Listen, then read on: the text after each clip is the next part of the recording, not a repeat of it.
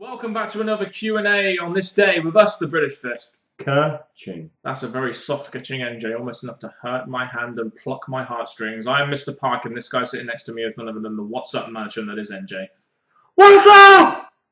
What the hell are you doing? Playing the heartstrings. You're playing the invisible heartstrings. Okay. Anyway, it's time for a Q&A. Enough of that BS. Let's just start this Q&A. You know how to ask questions. We've gone through this before. It's all in the description box. Zachary Duffy with a fantastic question to start off this Q&A, by the way.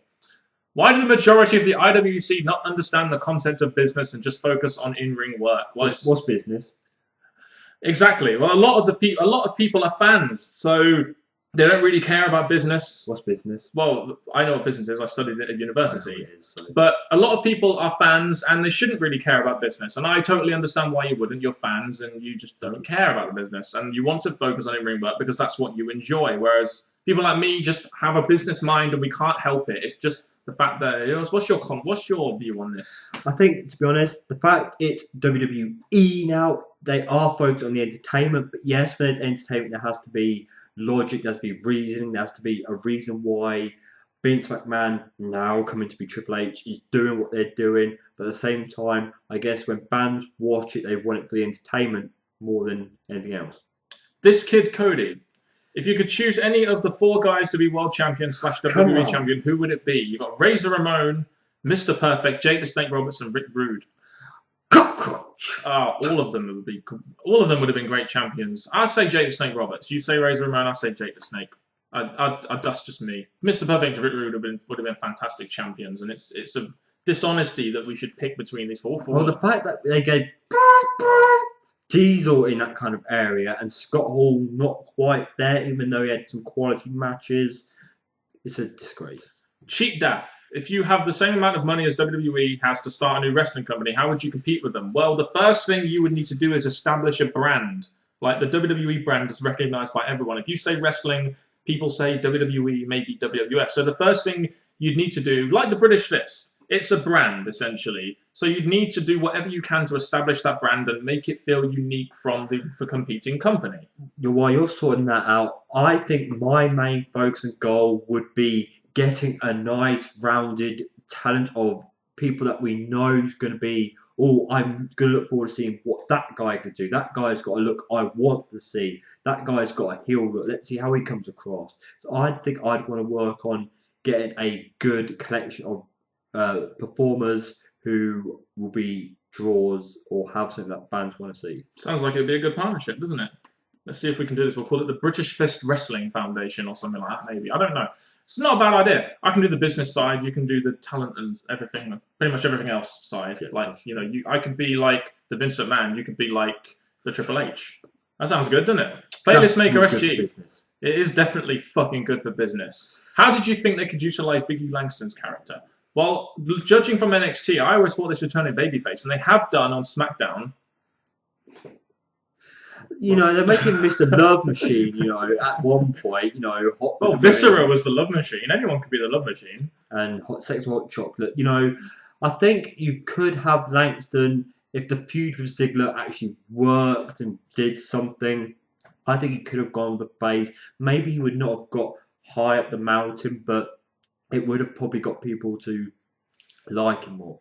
What do you think could improve the Real Americans and 3MB? Well, I don't really think you can improve the Real Americans. I mean, you've got 2 good talents in there. You've got a good manager who's very good at talking. You've given them a specific gimmick and a specific way of standing out. The Real Americans, 3MB, you've done the same with them, but you need to take them. We need to be able to take them a bit more seriously. Okay, here's my answer. The Real Americans is crumbling now because Swag is realizing he's basically going to be there to put over Cesaro eventually again. And in 3MB, I would love to see Drew McIntyre branch his way back out, because both teams are crumbling. What superstar would you bring back that has left from 2010 to present? Edge. It would be Edge. No, I mean, if I take it, this means that. Well, okay, you could say Shawn Michaels then if you want, but if this means that they weren't coming back with massive injuries, I would say Edge. I bet I got the year wrong, but. Who you? Oh, right. Oh, who's that? I didn't see the shirt. Mr. Kennedy. Trey Simpson. He's in TNA, but okay. Do you think the WWE has too many pay-per-views? I find it hard to care about certain pay-per-views like Battleground and other bullshit filler pay-per-views. I mean, the thing is, you look at Battleground and you're like, well, this is going to be pointless. That's kind of how I felt about it. I was like, look, as soon as I saw the name Battleground or Over the Limit or Capital Punishment, I'm just like, well, this is going to suck. I'm quite happy with once a month because growing up, it gave me that one day to look forward to each month, and that was something good to look forward to. But when they started trying to branch in more pay-per-views to get more money, it kind of ruined the build-up of that particular day. Do you think it's stupid Manic still wears a mask even though people know who he is now? Look, I see what they're trying to do. They're trying to give him like an alter ego, like they're trying, like, I'm TJ Perkins. When I put this mask on, I'm this really larger-than-life character. But what's the point in masking someone and hiding the identity of the guy when we know who he is? It's like, well, it would be like if WWE acknowledged that Kane was Glenn Jacobs. Like, why would you care about Kane anymore? Or if Rey Mysterio just got unmasked and he was known as like Sin Cara. Sin Cara. Yeah, I mean, exactly. So why bother? The mask is supposed to be a disconnect, in a sense, a disconnect from the fans. Like, you're not showing your full identity, and that kind of helps get you over sometimes. The thing about wrestlers with masks is the mask is made them who they are. Like, Rey wouldn't remove his mask because it's made Rey. So I think the fact they were brought into the company with their mask, that's who they are. So to try and change their name when people know who they are from when they brought in, I don't know why companies do that. No. This question is for both of you. Who is your favorite wrestler that never won the WWE or World title? Yeah, we answered this earlier. Razor Ramon, you said. I said Jake the Snake Roberts. And to be honest, we can't really give any sort of previous wrestlers. 3, 2, 1.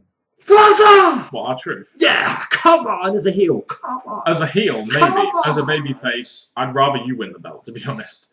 But I'm just saying. But mainly, a lot of these guys that didn't win the belt were from an era when there was long title reigns and when babyfaces generally kept the title. And a lot of the guys like Jake Snake Roberts and people like that were generally heels, like Mr. Perfect. And Owen Hart was another one who never won the WWE title. That was kind of I liked. If I think of a face at least, then a face that never won the championship, who maybe could have as that character.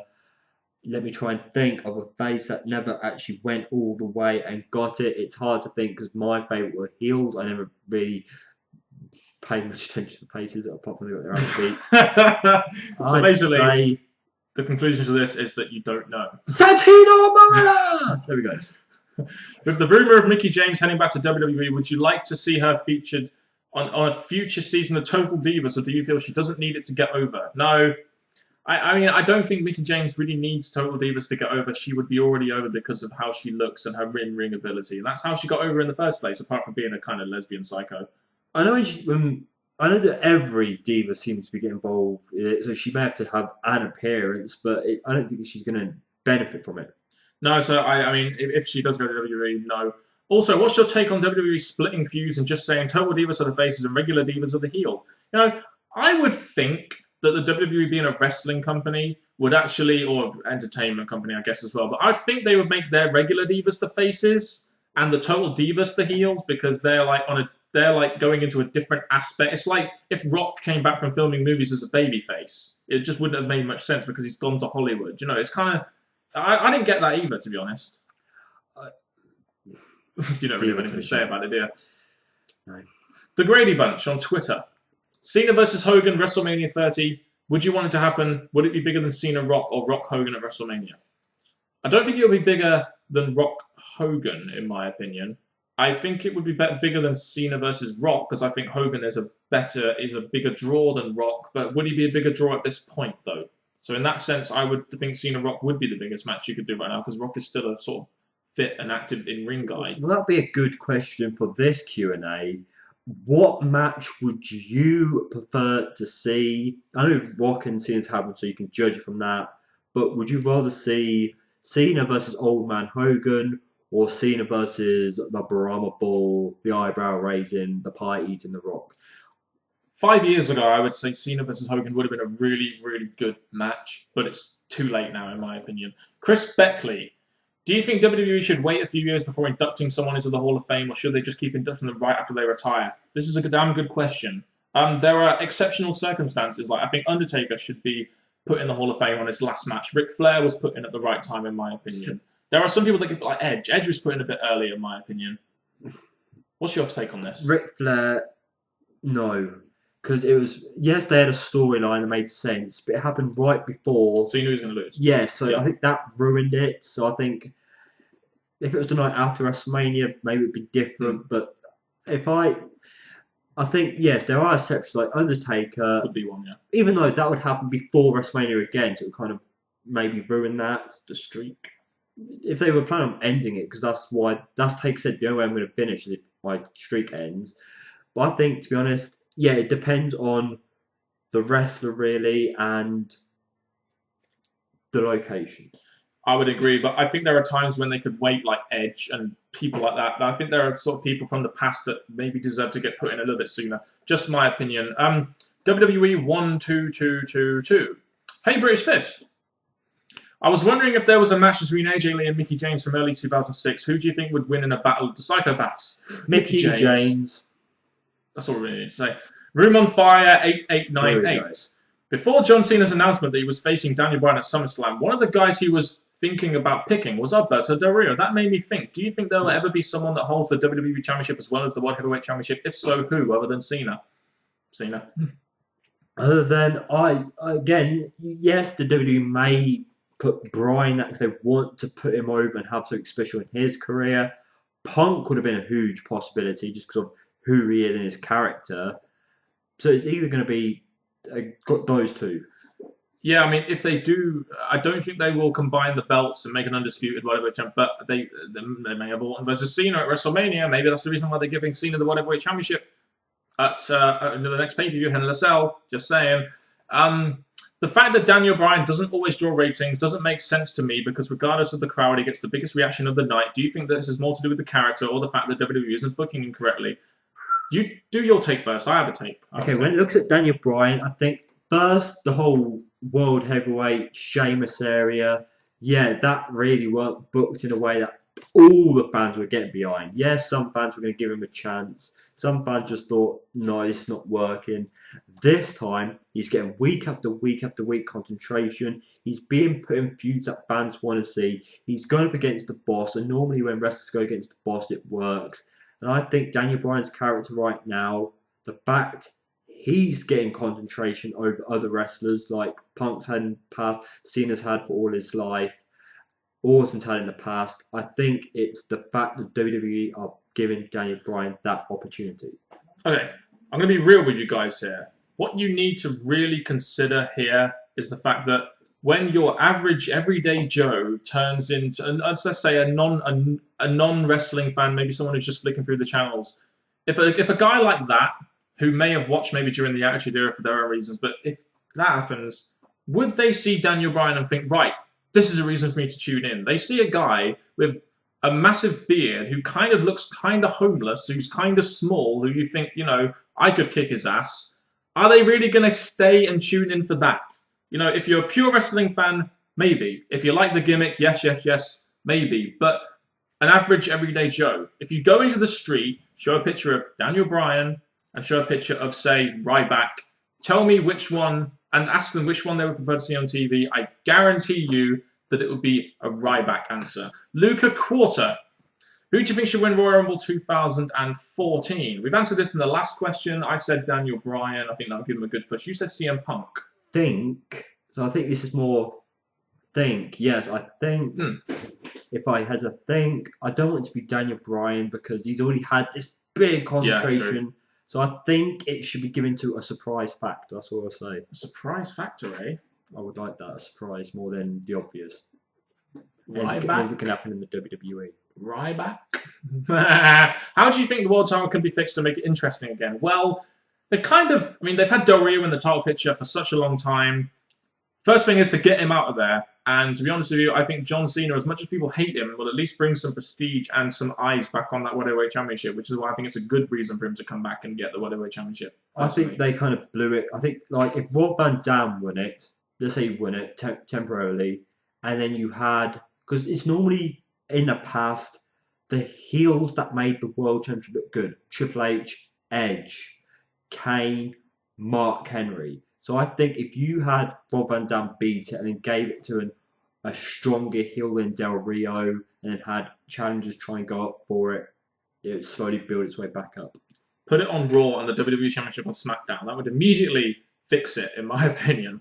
Joking. Do you think Christian should come back and face Orton or Bryan for the WWE? No. Christian's a mid-card guy. I don't see... And it's not like... Is he really an interesting enough character to send after the Whatever Championship or the WWE Championship now? What do you think, peeps? Exactly. How would you... Oh, sorry, no. One more match. One more... Shut up. How would you guys... You sound like a whining Canadian. How would you guys end Triple H... How would you guys end the Triple H Orton McMahon family feud? I said it. How would you guys end it? Well, I would... Like I said, I would have Triple H... Vince McMahon come back, say, Triple H, you're running my company, da-da-da-da-da. And then at WrestleMania, it would be John Cena, Vince McMahon's guy versus Randy Orton, Triple H's guy. That's kind of how I would do it, and then maybe combine the belts possibly, or just have it as in it's for the Undisputed Championship, but it's also for who should own the company, and this would be a good way of putting Triple H over, even though he's going to get loads of TV time anyway. Again, as much as it's never going to happen, Triple H versus Vince McMahon. Do you think Shane should return and involve part of a storyline like have Steph Vince using Triple H? Shane, no. If he's not going to be involved, why bother? There's no point. I think with Shane, I think if he came back and you actually had the McMahon family back, it would bring sparks back because they work really well together. But it's going to be hard to have a reason to bring Shane back unless he's going to bring a new wrestler in and he comes back that way and eventually branches away from that wrestler back to a bigger storyline. Codebreaker 146. Do you think WWE could do a WWE roster versus NXT roster like they did with the Invasion storyline in 2001? I think it would be cool to see different superstars react with other superstars. No, I don't think that's a good idea at all. I think it's best if you bring them in with their each of their individual directions rather than actually bringing just the NXT roster versus the WWE roster. Then who would be in NXT? I will say this, that the fact that when the NXT have recently been coming into the WWE, Bray Wyatt, you had that one who went against Barrett, forgot his name. Bo Dallas. Yeah, him. I'm a believer. And you had other wrestlers like Cesaro. Well, he didn't really do much when he first came in.